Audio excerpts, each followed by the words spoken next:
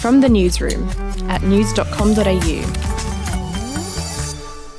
Hey, I'm Lexi Cartwright. And I'm Andrew Bucklow. And this is the latest from the newsroom. It's Friday the 11th of June. We'll start with sport. Swimming champion Maddie Groves has withdrawn from this month's Olympic trials, citing misogynistic perverts as the reason for her boycott. Groves wrote on Twitter, "Let this be a lesson to all misogynistic perverts in sport and their bootlickers. You can no longer exploit young women and girls, body shame or medically gaslight them, and then expect them to represent you so you can earn your annual bonus." Swimming Australia hasn't yet commented on the post. Meanwhile, Queensland could be just weeks away from securing the 2032 Olympics. It comes after the International Olympic Committee Executive Board recommended to put the Brisbane bid to a full vote in July. To Victoria now. One man was killed as parts of the state were battered with a wild winter storm yesterday. The man, believed to be in his 60s, died when his car was almost submerged in floodwaters in the South Gippsland town of Woodside. The threat of rising water remains across Gippsland today, with major flood warnings in place for several rivers and towns. To some exciting travel news, and it looks like Australia's next travel bubble could be with Singapore.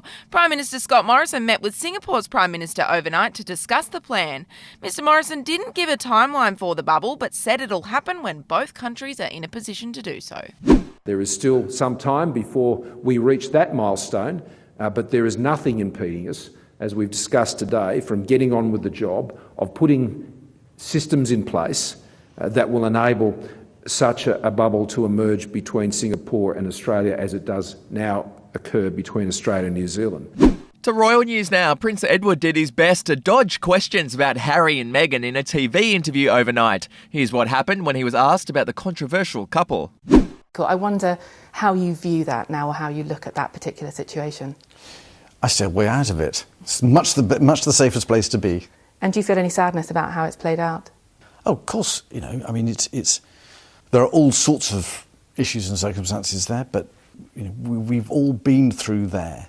We've all had that same spotlight shone on our lives. We've been subjected to massive intrusion and all the rest of it, and we all deal with it in different ways.